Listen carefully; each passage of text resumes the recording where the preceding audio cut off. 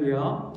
여러분을 주님의 이름으로 환영하고 축복합니다. 이 시간 기도 드리심으로 2021년 4월 18일 주일 예배를 하나님께 올려드리겠습니다. 다 같이 기도하겠습니다. 전능하신 하나님 아버지, 오늘도 우리 교회 성도들이 주일 예배를 드리게 하심에 감사를 드립니다. 오늘 이 시간 드려지는 예배 가운데 임재하시어 영광과 찬양을 받아 주옵시고 예배를 드리는 우리 모두에게 넘쳐나는 은혜를 허락해 주옵소서. 사랑의 하나님, 임마누엘 교회를 기억하사 영혼을 구원하여 제자를 삼는 교회가 되게 하옵시고 이를 위하여 복음으로 이 지역에 영향을 주고 감동을 주는 교회가 되게 하옵소서. 또한 성도들 모두가 예수의 제자로 성장하고 헌신하게 하옵소서. 특별히 어려운 이 시대 우리 교회 성도들이 굳건한 믿음의 반석 위에 세워지게 하시고 온전히 예수님만 의지하고 소망하며 살아가는 믿음의 용사가 되게 하옵소서.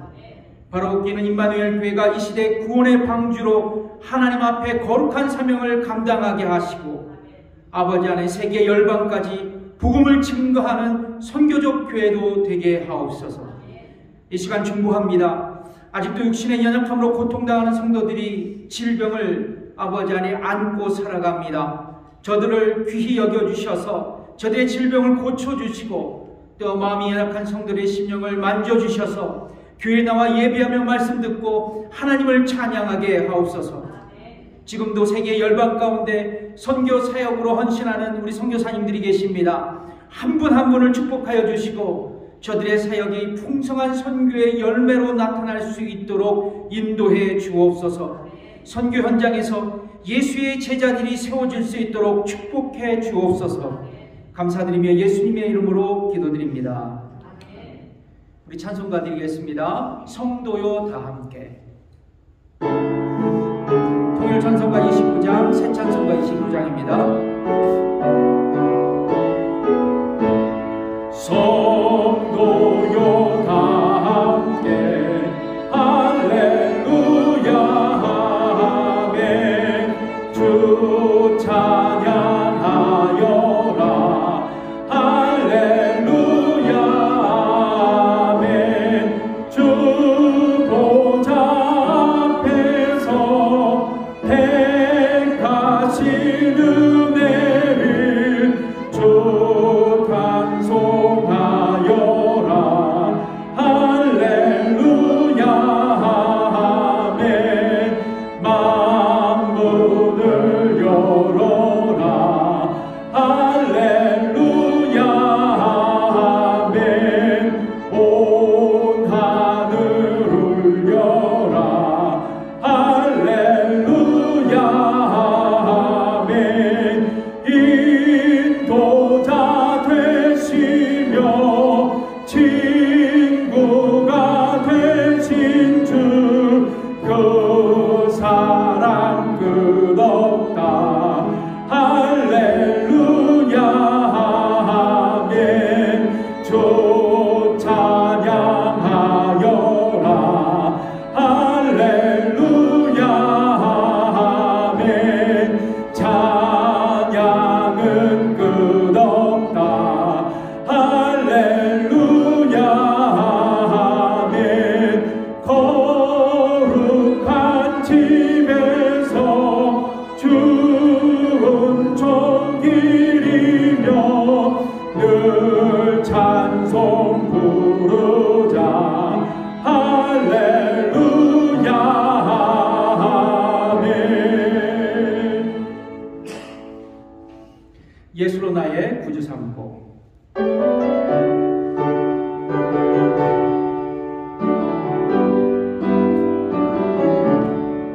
예수 나의 구주 삼고 성령과 피로써 거듭나니 이 세상에서 내 영혼이 하늘의 영광 누리도다.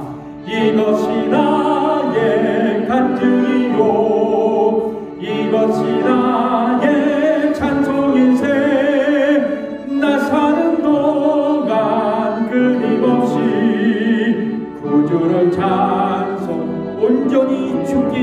주께 맡긴 내 영, 주께 맡긴 내 영, 사랑의 음성을 듣는 중에 천사들 왕래하는 것과 하늘의 영광 보이도다.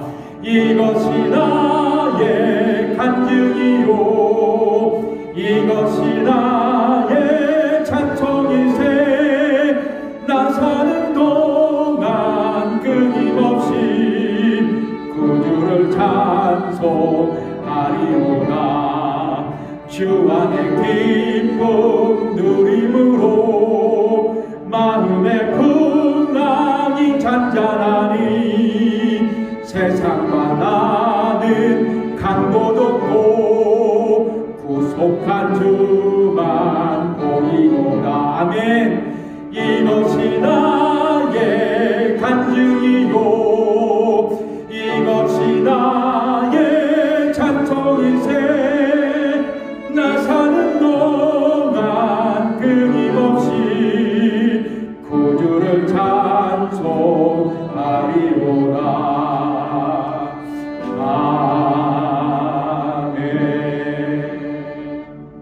내 평생에 가는 길. 승일찬송가 470장, 새찬송가 413장입니다.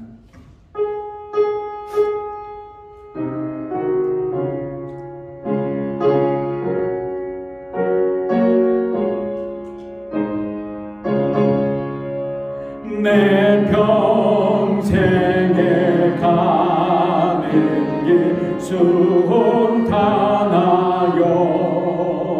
늘 잔잔한 강 같은지 금품 바로 무섭고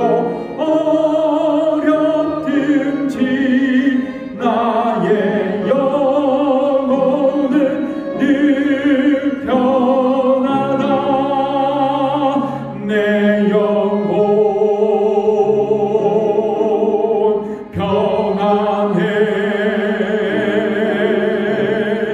내 영혼, 내 영혼 평안해. 저마귀는 우리를 삼키려고 입 벌리고 달려와도 주 예수는 우리의 대장되니 끝내 싸워서 이기겠네. 내 영혼 평안해. 내 영혼, 내 영혼 평안해. 내 지은 죄주 홍빛 같더라도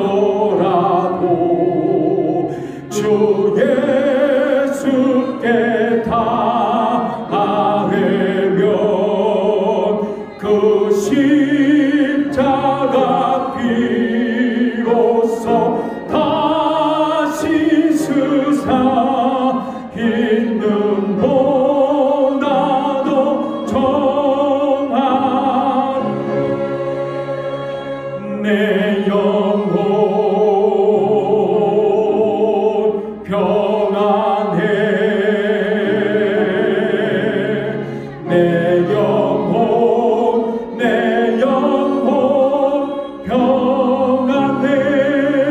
저 공중의 구름이 일어나며 그 나팔이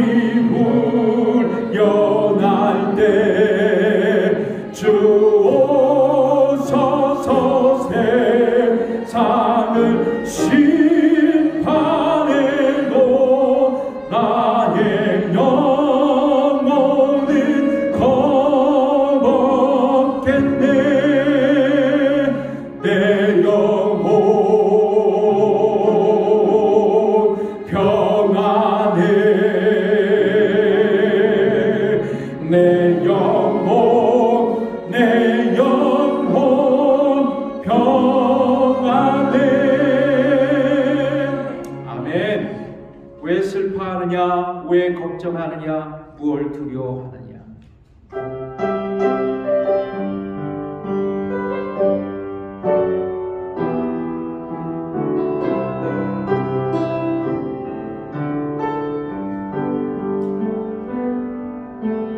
왜 슬퍼하느냐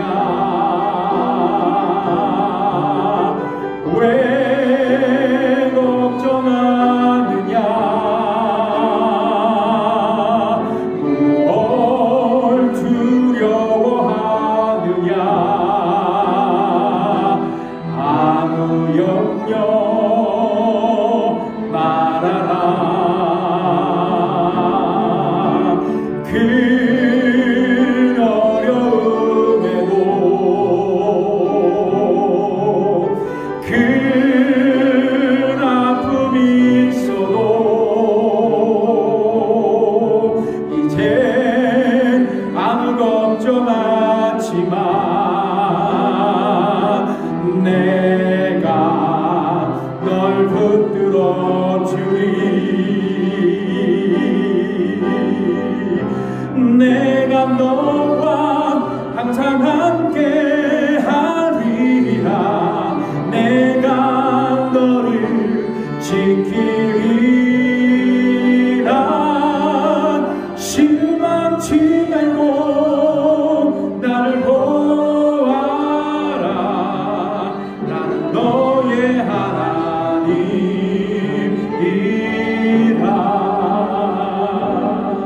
아버지, 당신의 마음이 있는 곳에 내 마음이 있기를 원해요.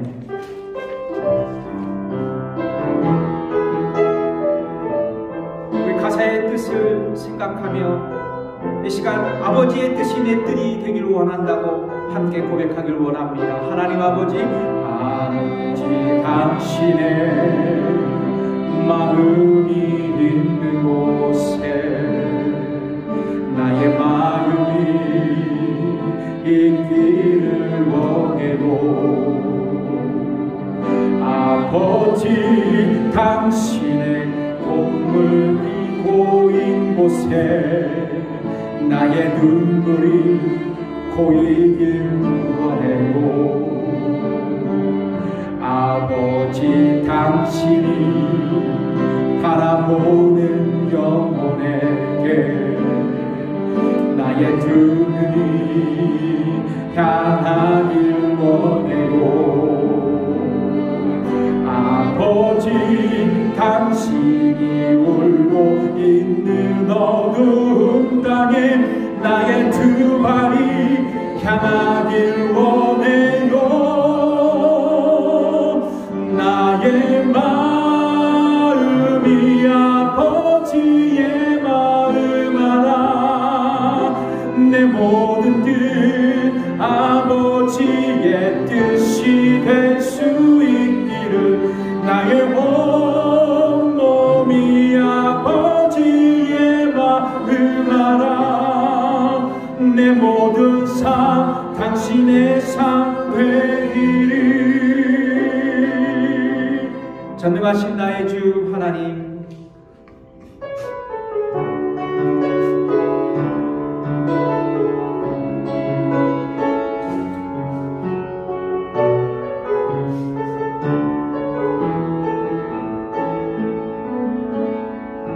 전능하신 나의 주 하나님은 능치 못하실 일 전혀 없네. 우리의 모든 간구도 우리의 모든 생각도 우리의 모든 꿈과 모든 소망도 신실하신 나의 주 하나님을 우리의 모든 괴로움 바꿀 수 있네. 불가능한 일 행하시고 불가능한 일 행하시고 죽은 자를 일으키시니 그를 이길 자 아무도 없네. 주의 말씀을 지하여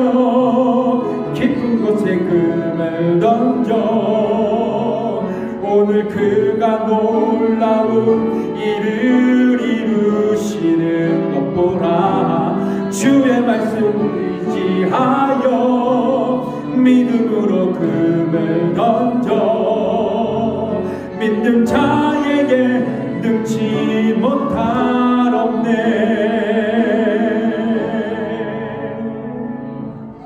아멘. 이 시간 우리 앞을 보시면서 임마누엘 교회 이번 주 중보의 기도로 함께 하나님 앞에 나아가겠습니다. 나의 연약함을 통해 하나님의 축복을 발견할 수 있도록 기도하십시오. 또한 코비드19가 속히 이 땅에서 종식될 수 있도록, 그리고 우리 모두가 정상적인 활동을 할 수 있도록 기도해 주십시오. 또 우리 교회에 속한 우리 자녀들이 하나님의 은혜로 살아가게 하시고 날마다 믿음이 성장하게 하시고 저들이 하는 모든 일과 또 모든 비즈니스가 하나님 앞에 영광 돌릴 수 있도록 위해서도 함께, 자녀를 위해서도 기도해 주시길 바랍니다. 이 시간 함께 기도하겠습니다. 하나님 아버지 감사합니다. 오늘도 아버지 임마누엘 교회 중보의 기도의 제목으로 주 앞에 나아갑니다.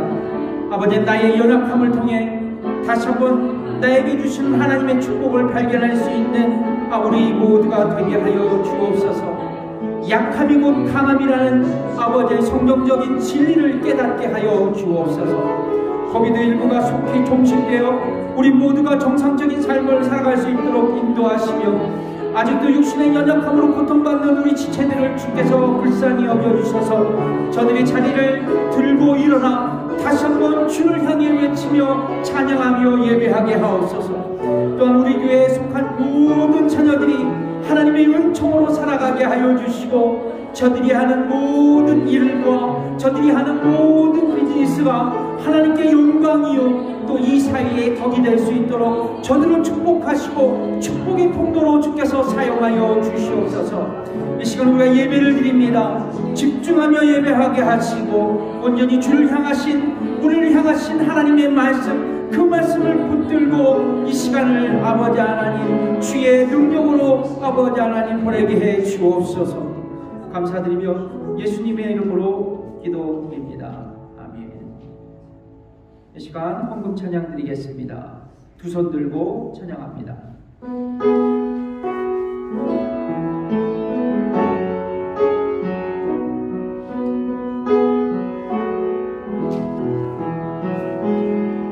두 손 들고 찬양합니다. 다시 오실와 여호와께 오직 주만이 나를. 우리 다시 한번 고백할까요? 두 손 들고 찬양합니다. 다시 오실 왕. 두 손 들고 찬양합니다. 다시 오실와 여호와께 오직 주만이 나를 다스리네. 나 주님만 섬기리, 나 주님만을 섬기리. 헛된 마음 버리고 성령이 연애려고 충만하게 하소서. 주님 앞에 내 생명 드리리라.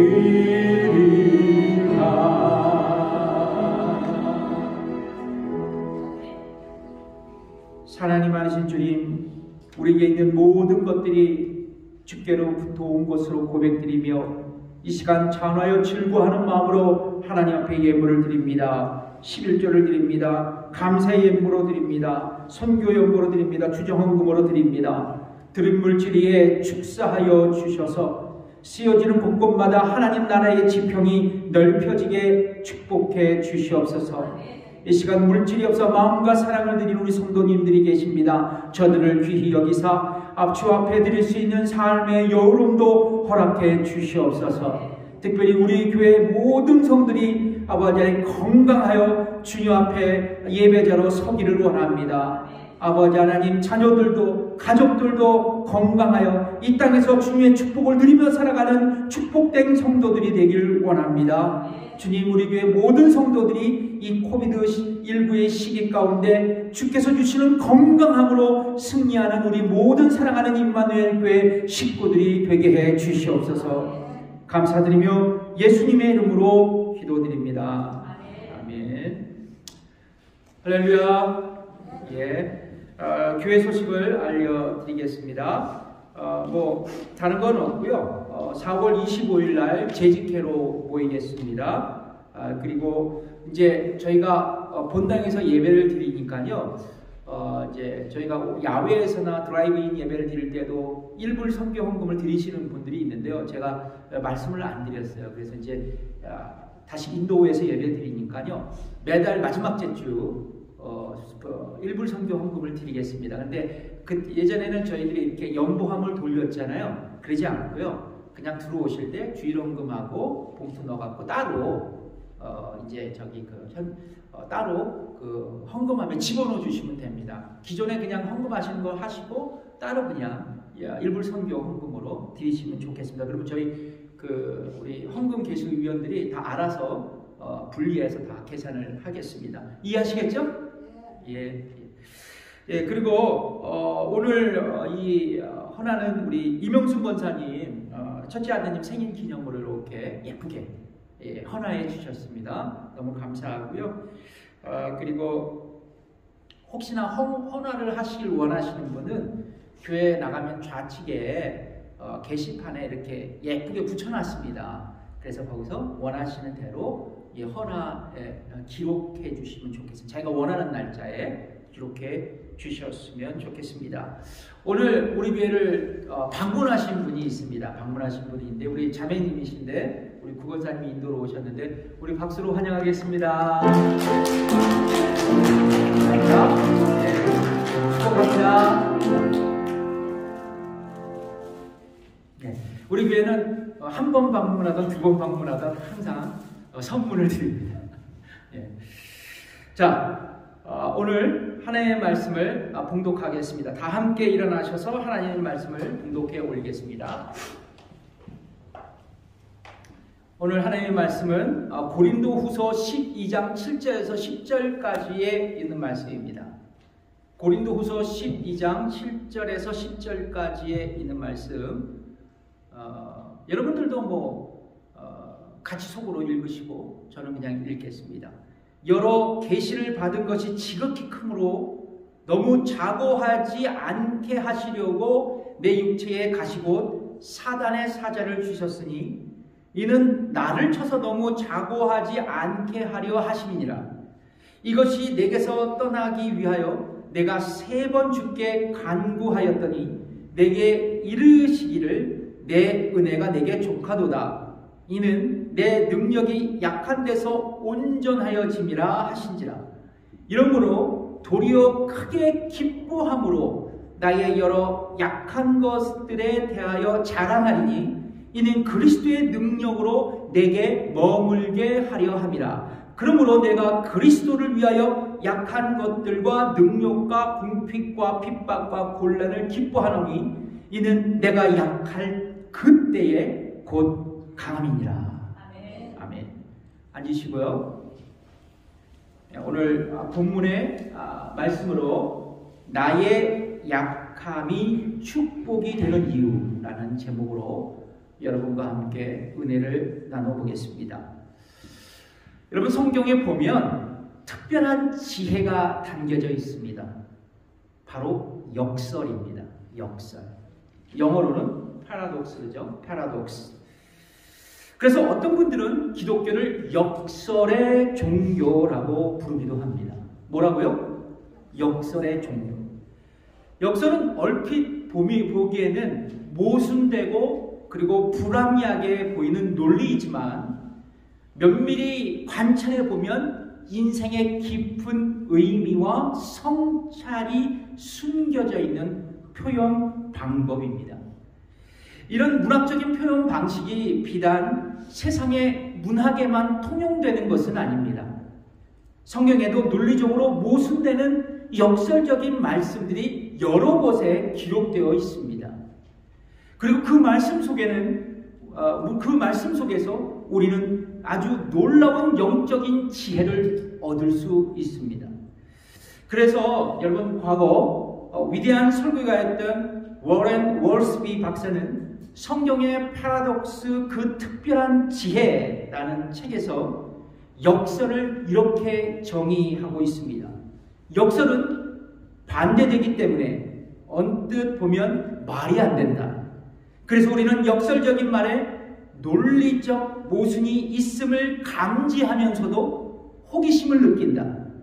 그런데 이 역설을 꼼꼼히 묵상하면 인생의 중요한 단면을 깊이 보고 새로운 교훈을 얻을 수 있다. 그래서 역설은 훌륭한 나의 교사다. 참 멋있는 말씀을 하셨어요. 여러분이 잘 아시는 대로 마태복음 5장 예수님의 팔복 설교를 보면 이 역설의 보화들이 숨겨져 있습니다. 대표적인 게 두 구절인데요.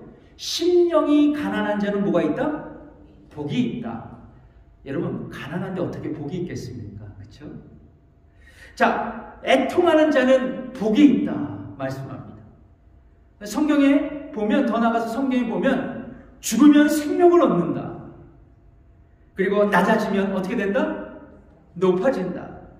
포기하면 얻을 수 있다. 가난해지면 부유해진다. 이런 초월적인 역설적인 말씀들이 곳곳에 숨겨져 있습니다. 그렇다면 왜 성경은 우리에게 역설을 강조할까? 역설을 강조할까? 그것은 바로 예수 그리스도께서 역설적인 삶을 사셨기 때문입니다. 하나님신 예수님께서 육신을 입고 이 땅에 오신 것 그 자체가 뭐예요? 역설이에요. 역설이에요. 그리고 그분이 십자가의 죽음을 통해 영원히 죽을 수밖에 없었던 우리를 살리신 것도, 죽으셔서 생명을 얻게 하신 것도 뭐예요? 역설의 극치를 보여주는 구원의 사건이기도 합니다. 그래서 여러분, 우리 모두는 역설의 은혜를 붙들고 살아가는 사람들이에요. 역설의 은혜를 붙들고 살아가는 사람. 오늘 본문을 보면 또 다른 역설이 사도 바울을 통해서 우리에게 전달되고 있습니다. 자, 고린도후서 12장 9절을 볼까요? 이는 내 능력이 약한 데서 온전하여짐이라 하신지라. 이러므로 도리어 크게 기뻐함으로 나의 여러 약한 것들에 대하여 자랑하리니. 그러니까 사도 바울이 뭐라고 얘기해요? 나의 약한 것에 대하여 자랑한다. 기뻐한다. 사도 바울은 나의 여러 약함이 도리어 나의 기쁨이 된다고, 나의 자랑거리가 된다고, 나의 축복이 된다고 고백합니다. 여러분, 이 시대를 살아가는 우리에게 이 고백은 매우 모순되고 비논리적인 고백이에요. 왜냐하면 생존 경쟁에서 살아남기 위해 좀처럼 다른 사람에게 나의 약점을 노출하지 않는 것이 일반적인 상식입니다. 강함을 우대하는 이 세상에서 우리가 살아가고 생존하기 위해서는 어떻게 하든지 자신이 강하게 보이려고 노력하는 거예요. 그래서 약함이 우리에게 결코 뭐요? 자랑거리가 될 수 없는 것이 이 시대입니다. 그런데요, 사도 바울은 왜 자신의 연약함이 도리어 자랑거리가 되었는가, 기쁨이 되었는가, 축복이 되었는가 고백했을까요? 바울의 고백처럼 나의 약함이 나에게 축복이 되는 이유는 도대체 무엇일까?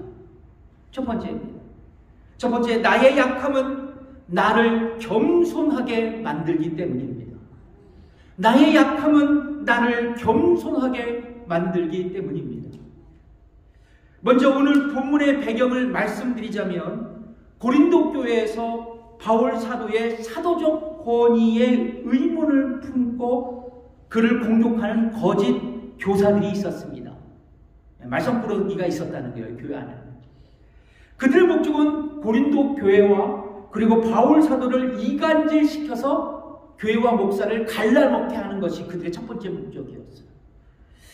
사도 바울은 그들을 가리켜서 거짓 사도요, 괴율의 역군이요, 그리고 더 나아가 사단의 일꾼이라고 그는 고린도 후서에서 이야기하고 있습니다. 그렇다면 고린도 교회의 이 거짓 교사들은 어떤 빌미로 사도 바울을 공격했을까? 먼저 참 치사한 방법을 써요. 그의 외모를 폄훼합니다. 폄훼. 그래서 사도 바울은 고린도 교회 성도들에게 이렇게 책망하죠. 고린도 후서 12장 7절에 있는 말씀인데요. 너희는 외모로만 보는도다. 외모로만 보는도다. 사람은 외모로 보죠. 하나님은 뭐를 보실까요? 우리의 중심을 보시는 거예요. 이 초대교회 전승에 의하면 사도 바울은 키가 아주 작았대요. 그리고 몸도 아주 왜소했다고 합니다. 그리고 다리는 일자가 아니라 이렇게 벌어진 다리를 뭐라 그러죠? 안짱다리라 그러나요? 안짱다리. 그리고 양쪽 눈썹은 이렇게 일자 눈썹 있죠? 일자 눈썹. 그리고 코는 매부리 코. 그리고 거기에다가 민머리였다고 합니다. 민머리. 예, 민머리. 자, 그런 말하자면 지금은 뭐 개성 있게 생겼다 그러죠. 그 당시에는 모르겠어요. 하여간 외모를 보고 평가절하했습니다. 또한 고린도 교회의 거짓 교사들은 바울에게 좀 글솜씨는 있는데 좀 글은 웬만큼 쓰는데 말솜씨가 없다고 불평합니다. 컴플레인을 했어요. 그래서 고린도후서 10장 12절에 뭐라고 말하냐면 저희 말이 그 편지들은 중하고 힘이 있으나 그 몸으로 대할 때는 약하고 말이 뭐하다? 시원치 않다 하니. 글을 힘있게 쓴다는 거예요. 그런데 뭐요? 커뮤니케이션이 잘 안 된다는 거예요. 전달력이 떨어진다는 거죠. 예. 그런 거짓 교사들의 거짓 선동에 넘어가서 자신의 사도적 권위의 의문을 품은 고린도 교회 성도들에게 뭐 할 필요가 있을까요? 나는 예수의 사도라고 변화할 그런 마땅한 의무가 있겠죠. 자신을 변호해야 되죠. 자기가 분명히 예수의 사도라고 그들에게 이야기해야 되죠. 그것이 바로 오늘 본문의 그 고린도후서 12장에 있는 전체의 내용입니다. 자신을 변호하는데요. 내가 사도단 말이죠. 자, 먼저 사도 바울은 뭘 얘기해요? 14년 전에 일을 얘기하죠. 14년 전에 자신이 경험한 황홀한 신비스러운 그 환상의 사건을 이야기합니다. 고린도후서 12장 2절 내가 그리스도 안에 있는 한 사람을 아노니 14년 전에 그가 셋째 하늘에 이끌려 간 자라. 사도 바울은 자신이 체험한 환상과 계시를 자신의 자랑거리로 나타내지 않으려고 작심합니다. 왜냐하면 1절에 보니까 내가 부득불 자랑하노니. 근데 어쩔 수가 없거든요. 자신의 사도직을 변호하려고 그러니까. 근데 자신의 자랑거리로 나타내지 않기 위해서 조심스럽게 제3자가 그렇게 경험했다라고 얘기를 하는 거예요, 지금요. 그리고 고린도 교회 성도들에게 이야기하는 겁니다. 이어서 사도 바울은 셋째 하늘로 이끌렸다. 하늘을 헬라어로 우라노스라 그러는데 우라노스라는 것이 이제 여기서는 셋째 하늘은 복수로 표현되어 있더라고요. 첫 번째, 두 번째, 셋째 하늘이라는 거예요. 종교개혁가 존 칼빈은요 뭐라 그랬냐면 하나, 둘, 셋이 아니라 가장 높은 하늘에 올라갔다라고 그렇게 번역을 하고 있더라고요. 해석을 하고 있더라고요. 그런데 또 다른 분들은 셋째 하늘에 올라갔다. 또 더러는 어떤 얘기를 하냐면 천국에 올라갔다. 그래서 여러분 성경에서 천국을 본 두 사람이 나오죠. 누굴까요? 사도 바울과 뭐요? 반모섬에서 누가 봤어요? 천국을? 우리 요한 사도가 봤죠. 자, 그런데 흥미로운 것은 성경에는 성경의 답이 나와요. 고린도후서 12장 4절에 그 장소가 낙원이었다라고 패러다이스라고 이야기합니다. 파라다이스. 천국과 파라다이스는 개념이 좀 틀려요. 자, 그리고 그 낙원에서 말로 표현할 수 없는 환상과 계시를 자기 자신이 받았다고 얘기합니다. 그리고 고린도후서 12장 4절 한번 읽어볼까요? 시작. 그가 낙원으로 이끌려가서 말할 수 없는 말을 들었으니 사람이 가히 이르지 못할 말이로다 말씀합니다. 이 신비로운 사건은 바울의 입장에서는 또 다른 사람의 입장에서도 엄청난 영적인 경험이고 체험이었어요. 바울 자신에게 강함을 자랑할 자랑할 수 있는 주전거리가 됩니다. 자신의 사도권을 최소로 변호할 수 있는 아주 중요한 경험이에요. 그리고 남들에게 이야기할 수 있는 절호의 찬스입니다. 성도 여러분, 아주 사도 바울은요, 영적으로 타고나신 분이거든요. 근데 그의 과거를 면모를 보면 어떤 사람이었어요? 부유한 디아스포라 유대인 가정에서 태어났죠. 그리고 일찍부터 자기가 살고 있는 이 지금의 터키거든요. 터키 이제 다소라는 곳인데 이 다소에서 유학을 가요. 어디로 갔냐면 예루살렘에 가서 당대 유명한 율법학자인 가말리엘이라는 선생님 문화생으로 들어가서 공부를 합니다. 그러니까 요즘식으로 말하자면 어떤 거냐면 여러분 스탠포드에 들어가서 공부도 하고 인맥도 쌓는 참 인텔리 중에 인텔이었다는 것이죠. 게다가 부모님 때부터 로마 시민권을 가지고도 있었어요. 그야말로 이 사도 바울은 영적으로 또 육체적으로 탁월한 배경을 갖고 있었던 분이었습니다. 그런 그가 오늘 본문에서 이렇게 고백하죠. 12장 7절 여러 계시를 받은 것이 지극히 크므로 너무 자고하지 않게 하시려고 내 육체에 가시곤 사단의 사자를 주셨으니 이는 나를 쳐서 너무 자고하지 않게 하려 하심이니라. 사도 바울이 천상을 본 경험이 그에게는 뭐가 됐어요? 아픔이 됐고 고통이 됐어요. 그의 약함이 된 거예요. 우리 같으면 큰 자랑거리겠죠. 신문에 광고를 다 합니다. 천국을 본 사람 누구누구 목사 다 그러면서 집회하고 이렇게 할 수도 있다는 겁니다. 근데 사도 바울에게 그에게 고통을 준 사건이었어요. 여러분 사도 바울은 잘 나가던 패밀리가 있었죠. 어릴 때부터 취득한 로마 시민권이 있었죠. 이걸 자랑하고 싶었을 거예요. 그리고 명문 대학을 졸업한 학력도 있다고 우쭐댈 수도 있었을 것입니다. 또한 그가 이제 경험한 그 하늘나라의 환상과 계시와 영적인 체험으로 그가 영적 교만에 빠질 수 있는 위험성도 갖고 있었던 사람이었어요. 그렇게 위험성을 갖고 살아가던 그에게 하나님은 바울에게 뭐를 주셨어요? 육체에 가시를 넣어주시고 그 가시가 그가 교만하지 않도록 자고하지 않도록 역사하셨던 하나님의 도구가 되었다는 것이죠. 그렇습니다.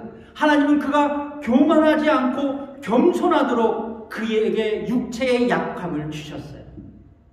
성경학자들은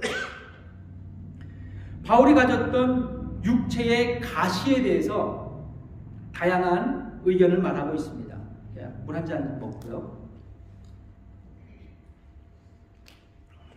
어떤 이는 안질이다. 또 어떤 이는 간질이다.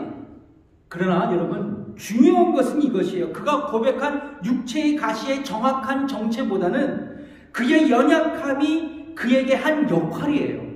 가시가 그에게 한 역할입니다.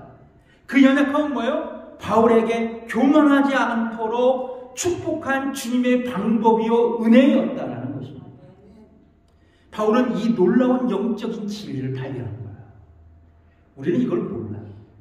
그래 불평과 불만, 왜 하나님은 나만 갖고 그러셔?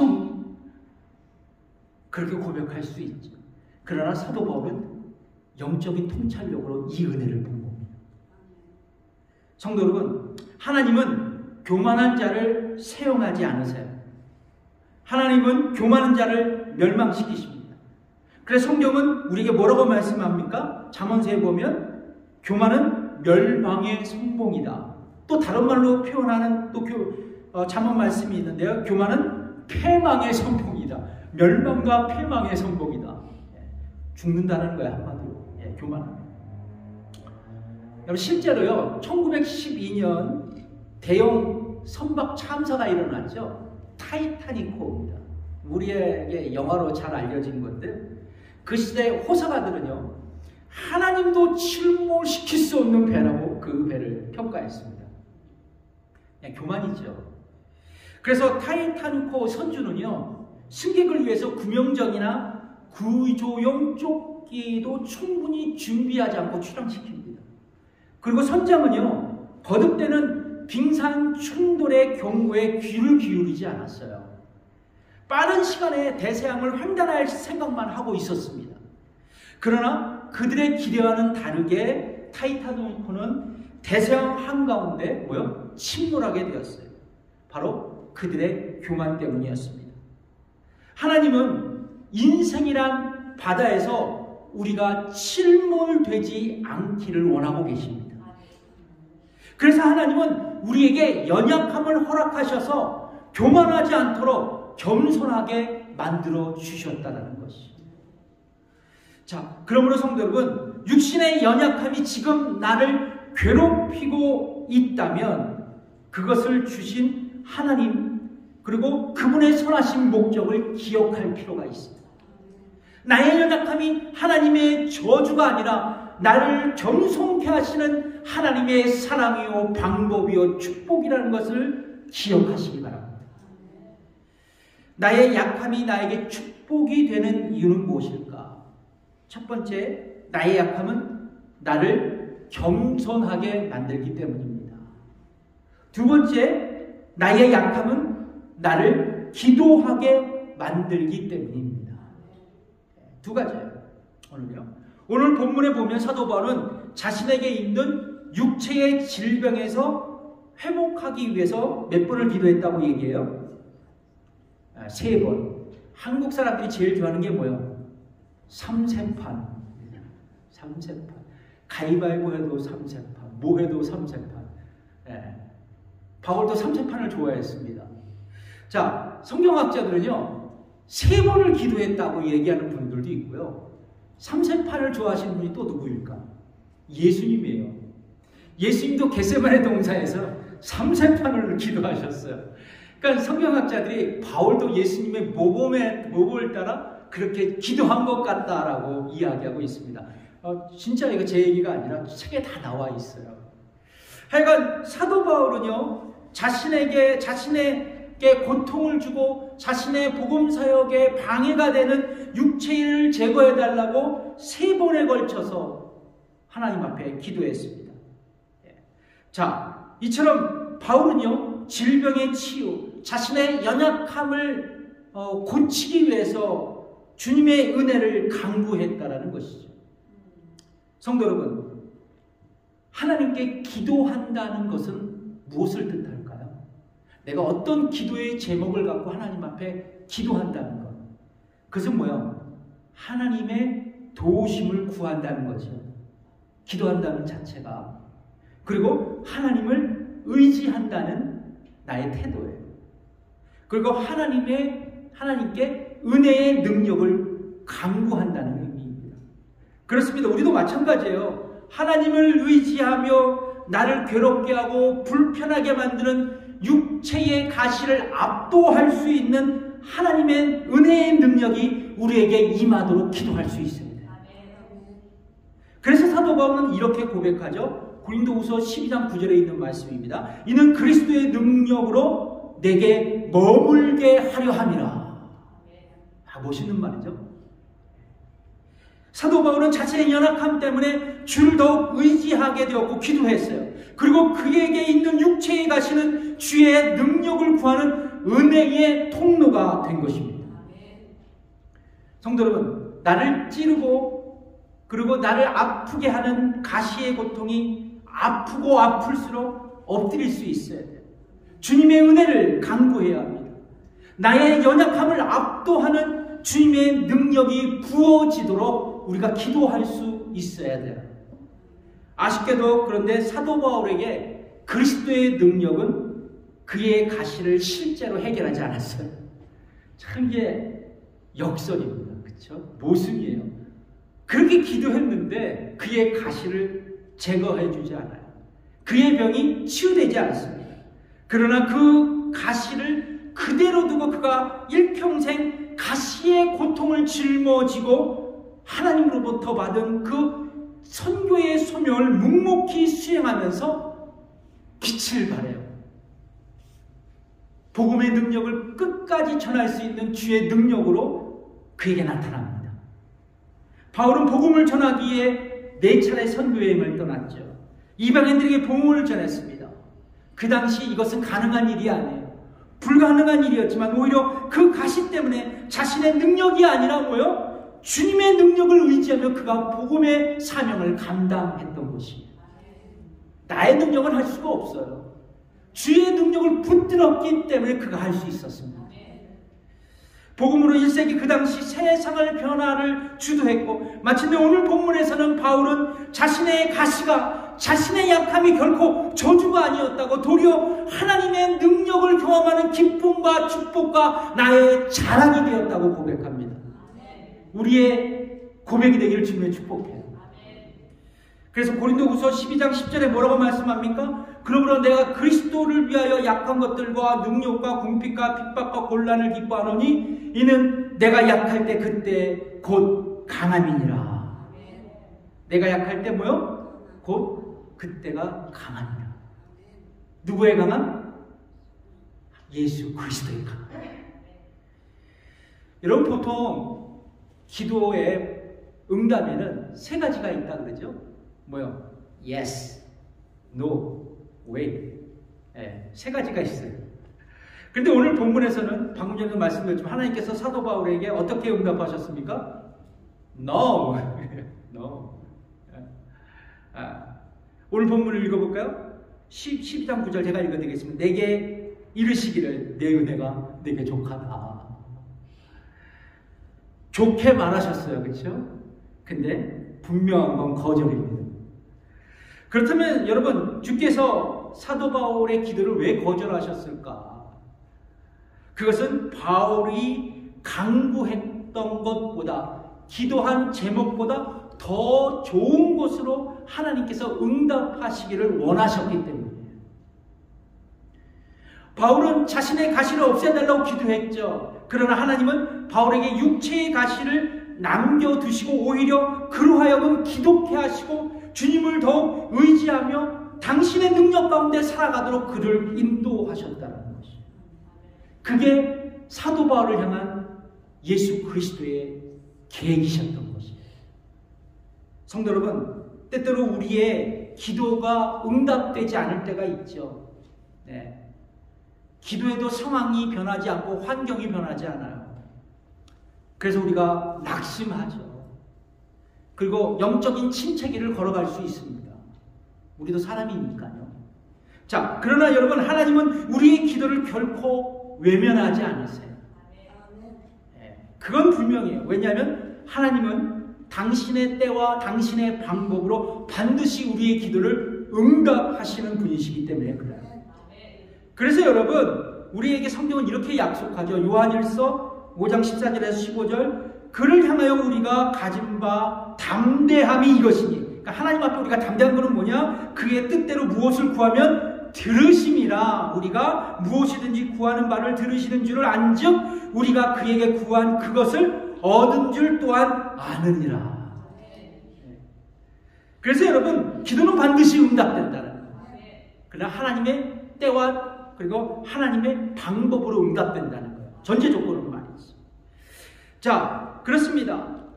하나님은 가시를 없애달라고 바울이 하나님께 기도했지만 바울에게 더 나은 은혜를 주신 것처럼 우리가 소원하고 기도했던 것보다 더 좋은 곳으로 우리에게 응답하시는 분이 누구시다? 하나님이시다는 것이에요. 여러분, 이것을 믿어야 돼요. 이것을 바라봐야 돼요. 이것을 발견해야 돼요. 성도 여러분, 하나님은 전능하신 분이에요. 하나님은 전지하신 분이십니다. 그러면 하나님은 우리에게 최선의 하나님이 되세요. 그래서 우리가 어떤 기도를 하든지 그 기도에 합당한 최선의 응답을 우리에게 부어주시는 분이십니다. 나의 아버지셔요. 어떤 무명의 병사가 있었습니다. 그가 이제 기도를 했어요. 근데 이런 기도를 했더라고요. 나는 성취를 위해 하나님께 능력을 구했지만 겸손히 순종을 배울 수 있게끔 약하게 되었네. 나는 더 위대한 일을 하기 위해 건강을 구했으나 더 나은 일을 하도록 질병을 받았네. 나는 행복해지기를 위해 부를 구했으나 지혜로울 수 있게끔 가난을 받았네. 나는 사람의 칭찬을 얻기 위해 능력을 구했으나 하나님의 필요성을 느끼도록 연약함을 받았네. 나는 인생을 즐기기 위해 모든 것을 구했으나 모든 것을 즐기도록 인생을 받았네. 내가 구했던 어떤 것도 얻지 못했으나 내가 소망했던 모든 것을 얻었네. 그렇습니다. 우리가 지혜롭지 못하고 영적인 통찰력이 없어 당장은 이런 역설의 은혜, 역설의 비밀을 알지 못하지만 시간이 지나면, 그렇죠? 시간이 지나면 내가 더 나은 것으로 하나님께 응답받았다는 것을 알게 될 것이에요.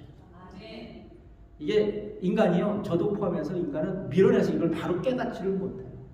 시간이 지나고 기도하면 그렇지, 하나님이 나에게 이걸 부어주셨네, 감사할 수 있어요. 호주 출신의 닉 부이치치라는 분이 계세요. 여러분이 잘 아시죠? 이분은 팔다리가 없는 상태에서 태어났습니다. 그는 자신의 인생을 비관하면서 10살 때 바다에 빠져 자살하려고 했고 그 뒤로도 2번이나 자살 시도를 했어요. 그러나 15살 되던 해에 예수님을 그가 영접합니다. 그리고 주께서 자신의 인생을 향한 계획을 갖고 계신다는 것을 알게 됐어요. 그 사실을 깨달은 후 그는 그대로의 모습, 자신의 모습을 주 앞에 드렸습니다.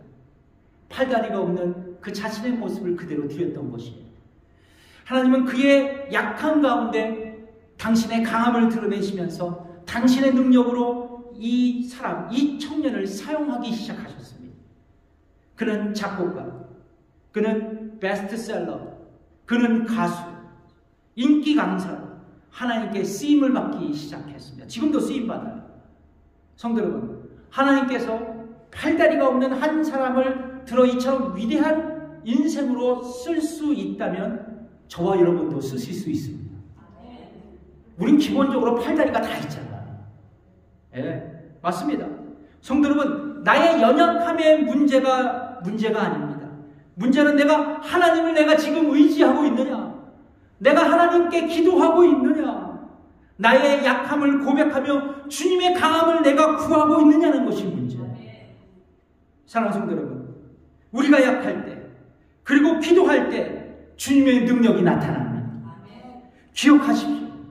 우리의 약함이 그분의 강함이 됩니다. 성경은 마지막으로 우리에게 이렇게 축복합니다. 이는 내가 약할 그때에 곧 강함이라고 말입니다. 기도하겠습니다.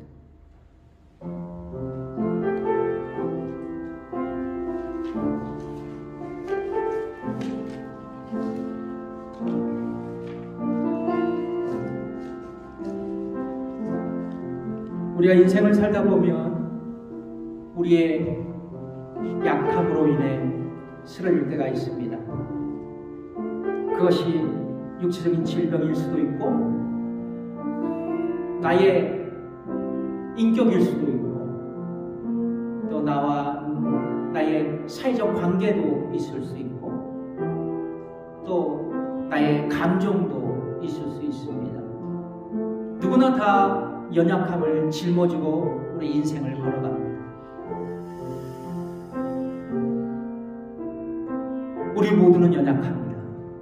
그래서 하나님의 강함이 필요합니다.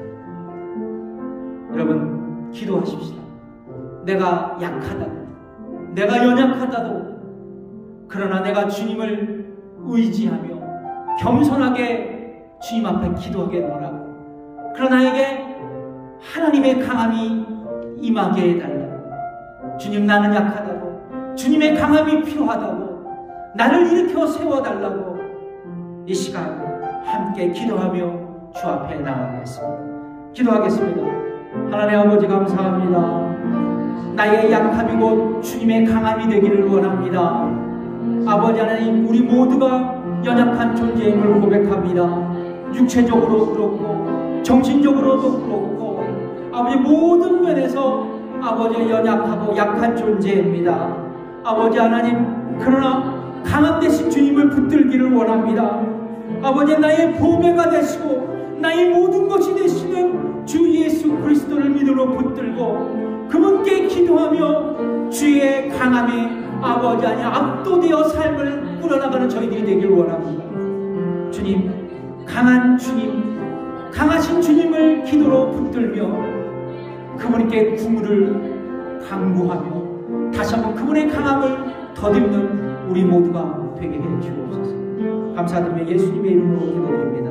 우리 다 함께 일어나셔서 약할 때 강함 대신에 나의 보배가 되신 주, 이 약할 때 강함 대신에 나의 보배가 되신 주, 주 나의 모든 것 주 안에 있는 보물은 나는 포기할 수 없네. 주 나의 모든 것 다시 한번 십자가 죄사하셨네. 십자가 죄사하셨네. 주님의 찬양해. 주 나의 모든 것 쓰러진 나를 세우고 쓰러진 나를 세우고 나의 빈잔 채우네. 주 나의 모든 것 예수 어린 양 예수 어린 양 존귀하니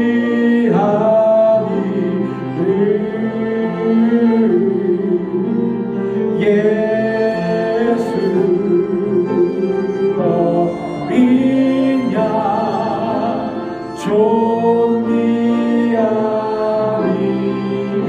존귀하니. 이제는 우리 주 예수 그리스도의 은혜와 하나님의 무한하신 사랑과 성령님의 감화교통 역사하심이 오늘 말씀으로 결단하고 또 돌아가는 성도들과 저들의 가정과 자녀들과 일터위에 지금부터 영원까지 함께 하시기를 간절히 축원하옵나이다. 아멘.